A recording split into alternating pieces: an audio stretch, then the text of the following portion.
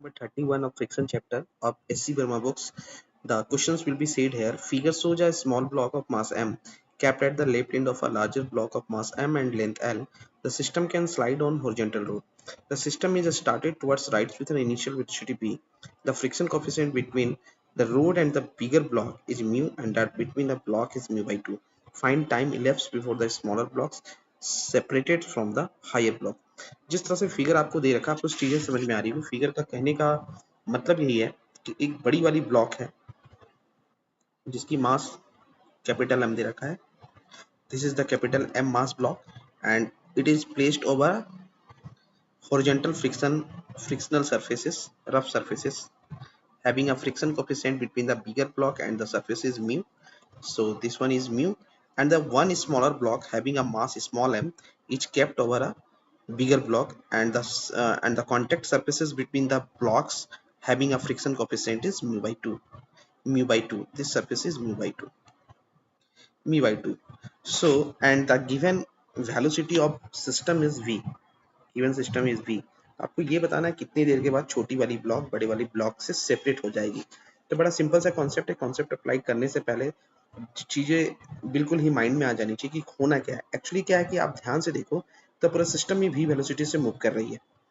अगर v velocity से move कर रही है, सरफेस रब है, यानी पूरे सिस्टम में रिटार्डेशन आने वाली है। तो अगर मैं एक फ्री बॉडी डायग्राम बनाने की कोशिश करूं, FBD of small mass m, of mass m का अगर मैं एफबीडी बनाने की कोशिश करूं तो एफबीडी से क्या देखने को मिलेगा, देखते हैं हम लोग। एफबीडी अगर मैं m मास की एफबीडी बनाऊं तो m मास का नीचे की तरफ mg and normal from the bigger block surface is suppose to be n1, and ये साथ में अगर मोशंस कर रही है v वेलोसिटी के साथ, पूरा सिस्टम ही अगर मूव कर रही है तो ये साथ में चल रही है, सरफेस रफ है।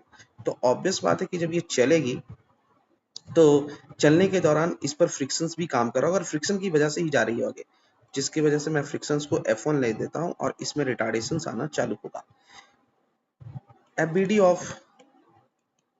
ऑफ कैपिटल एम मास वाली ब्लॉक के बारे में अगर हम लोग सोचते हैं तो फिर क्या होगा। एफबीडी ऑफ कैपिटल एम मास के बारे में अगर हम लोग सोचें तो ऑब्वियस बात है कि अगर ध्यान से देखिए, अगर पूरे सिस्टम को साथ में चलना है तो सरफेस रब हो रही होगी किसके साथ, एकदम हॉरिजॉन्टल सरफेस के साथ। इस फ्रिक्शन को मैं F2 कर देता हूँ और ये आगे की तरफ मोशन कर रही थी, इसकी हर ऊपर की सरफेस भी आगे की तरफ जा रही होगी, जिसकी वजह से फ्रिक्शंस इसको किधर लगने वाला है। तो दो कॉन्टेक्ट सरफेसेस के बीच में जो फ्रिक्शंस लग रही है, तो ऊपर वाले ब्लॉक पे अगर पीछे की तरफ लग रही है तो लोअर वाले बिगर ब्लॉक के टॉप सरफेस पे फ्रिक्शंस आगे की तरफ लगेगी, that was the F1 and the mass of this block is mg। और इस पर एक छोटी वाली ब्लॉक रखी जिसकी नॉर्मल रिएक्शंस n1 नीचे की तरफ लगेगा और इस n1 को संभालेगा कौन, सरफेस, ओरिजेंटल सरफेस से दिया गया नॉर्मल रिएक्शंस n2, और इसकी भी रिटार्डेशंस होगी। तो अगर इक्वेशंस में लिखना चाहूँ, अगर suppose to B a1 acceleration से आगे बढ़ रहा है और ये a2 से चल रही है आगे, तो अगर मैं लिखना चाहूँ तो F1 इक्वल टू कितना हो सकता है, mass into acceleration m into a1, so mass into m, and F1 equal to mu times of n1, and mu यहाँ पर कितना, फ्रिक्शन कोएफिशिएंट यहाँ पर है म्यू2 है, equal to minus ma1, minus ma1। इस वजह से इसका एक्सीलरेशन कितना हो जाएगा। तो दिमाग में क्या क्या चीजें आनी चाहिए वो देख लीजिए कि रिटार्डेशन दोनों में हो रही है, मगर a1 कितना हो सकता है, तो a1 जो आपकी हो सकती है, a1 कितना हो सकता है, तो a1 हो सकता है mu by two, minus mu by two, और n1 की जगह है mg divided by m is cancel out, so this equation becomes mu g by 2. That is the acceleration in negative form. It means the the smaller block is retarded also, because the minus sign is represented here. This same phenomena with bigger block is also, what is the phenomena, so the bigger block is also accelerated in forward directions, so the F1 minus F2 equal to capital Ma2. So F1 equal to mu by 2 into N1, and the F2 equal to mu into N2 equal to Ma2. So mu by 2 into mg minus mu N2 equal to mg plus N1, mg plus N1, and that is equal to Ma2. So this equation is solved, and the A2 will be mu mg by 2 minus mu mg minus mu into n1, and n1 is also mg. Mu n1 means mg equal to ma2. So this is written as a2 equal to mu mg by 2 minus mu mg equal to minus mu mg by 2, and sorry, this m is equal to capital M.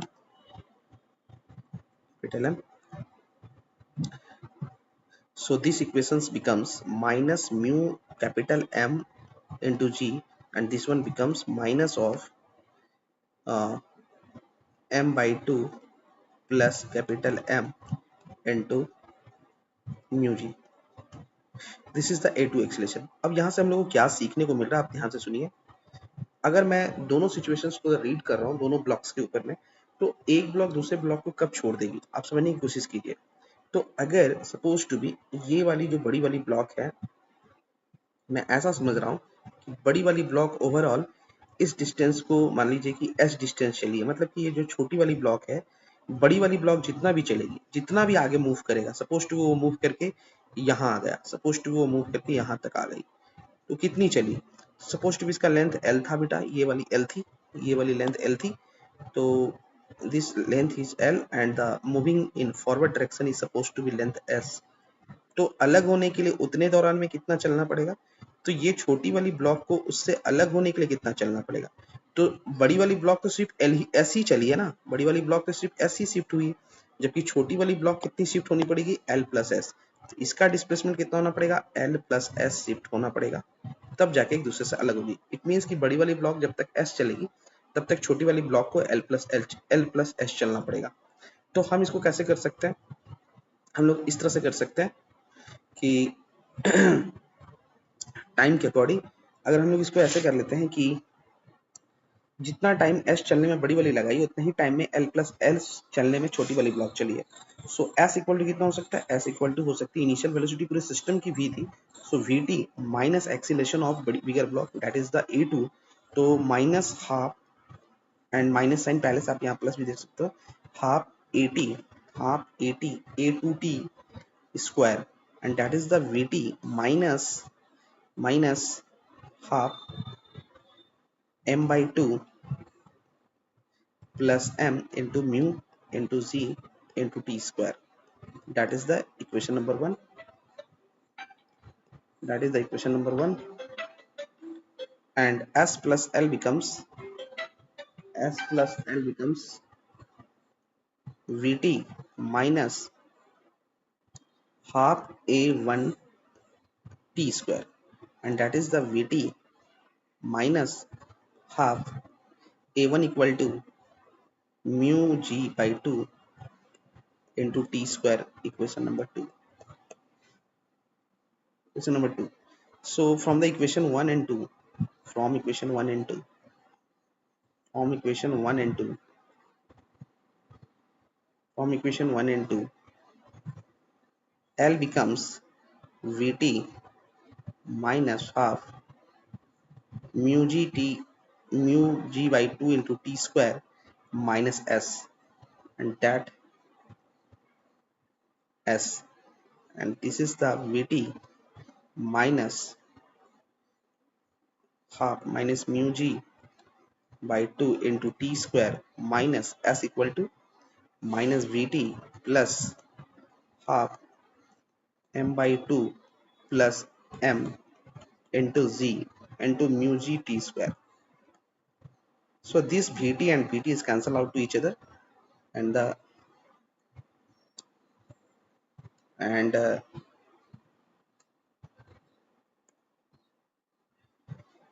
L equal to minus mu g t square by 4 plus mu g t square by 4, sorry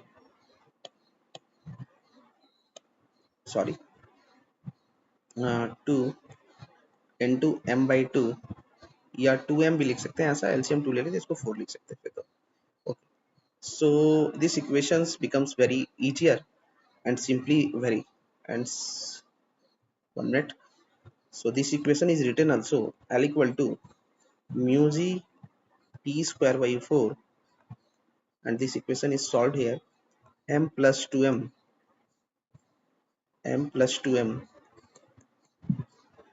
m plus 2m. 1 minute, 1 minute.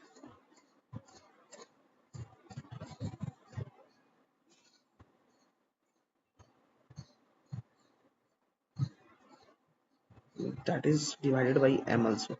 Okay, that is divided by m also. Okay,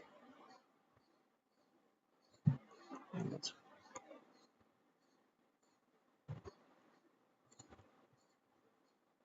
That is divided by m also.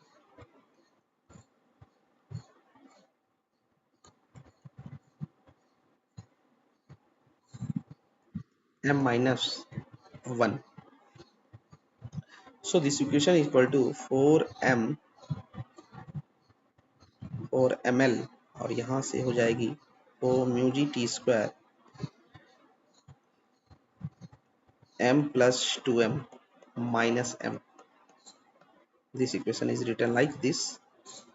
So after solving, t square equal to 4ml divided by m plus m और into 1 by mu g. So t becomes root under 4 ml by mu g m plus capital M. That is the answer. I think you all are understand. बड़ा simple सा process है, कुछ किया नहीं है मैंने एक बार और रिव्यू दे देना है इसका, तभी आपको समझ में आएगी। बड़ी सिंपल सी चीज है कि बड़ी वाली ब्लॉक और छोटी वाली ब्लॉक एक साथ एक दूसरे के ऊपर नीचे रखी हुई है। तो यहाँ पर सिचुएशन ये है कि पूरा सिस्टम जो है ना, पूरा सिस्टम जो है वो किस स्पीड से चल रही, पूरा सिस्टम जो है वो चल रही थी v स्पीड से। पूरा सिस्टम को v स्पीड से चलाया जा रहा है, पूरा सिस्टम को v स्पीड से चलाया जा रहा है। और v स्पीड से चलाने के दौरान बिगर ब्लॉक और हॉरिजॉन्टल सरफेस के बीच का जो फ्रिक्शन कोएफिशिएंट है वो म्यू है, और बिगर ब्लॉक और स्मॉलर ब्लॉक के बीच के सरफेस का फ्रिक्शन कोएफिशिएंट म्यू बाई 2। तो जब पूरा सिस्टम चलेगी तो ऑब्वियस बात है, पहले ब्लैक ब्लॉक को अगर देखिएगा तो आगे की तरफ जब मूव करेगी तो उसके साथ स्मॉलर ब्लॉक भी उसके सरफेस पे होने की वजह से वो भी साथ में चलेगा। मगर यहाँ पर ये देखा जा रहा है जो फ्रिक्शंस ऊपर वाली ब्लॉक पे, छोटी वाली ब्लॉक पे, वो सिर्फ F1 है, उसके कारण ही सिर्फ इसमें रिटार्डेशन आएगी। जबकि बड़ी वाली ब्लॉक्स में जो टोटल रिटार्डेशन का रीजन होगा वो F2 और F1 की वजह से होगा। तो हमने यहाँ एक सेटअप ये देख लिया कि आगे की तरफ अगर बिगर ब्लॉक चल रही है साथ में ऊपर वाली ब्लॉक भी चल रही, तो अलग होने के लिए क्या होना पड़ेगा? अलग होने के लिए यही होना पड़ेगा कि बिगर ब्लॉक जितना भी चले उससे ज्यादा आपकी स्मॉलर ब्लॉक चलेगी। तो बिगर ब्लॉक जितना भी चलेगी उस टाइम में कितना चलना पड़ेगा? बिगर ब्लॉक जितना भी चलेगी अलग होने के दौरान छोटी वाली ब्लॉक कितना चलेगी, तो बिगर ब्लॉक का जो लेंथ है वो भी चलना पड़ेगा, और जितना बिगर ब्लॉक चलिए उसको भी उतना साथ में चलना पड़ेगा। तो जब वो उतना चलेगी तभी तो बिगर ब्लॉक के मोशंस के होने के बावजूद वो टोटल बिगर ब्लॉक के लेंथ और जितना बिगर ब्लॉक चली है उतना चलेगा, तभी एक दूसरे से सेपरेट हो पाएगा। तो मैंने यही कंडीशंस लगाया, और यही चीज दिमाग में जब तक ये बातें नहीं आएगी तब तक आप कितना भी कॉन्सेप्ट जान रहे हो आपसे नहीं हो पाएगा। तो आपको ये सोचनी है, उसके बाद काम करनी है। Okay, thank you.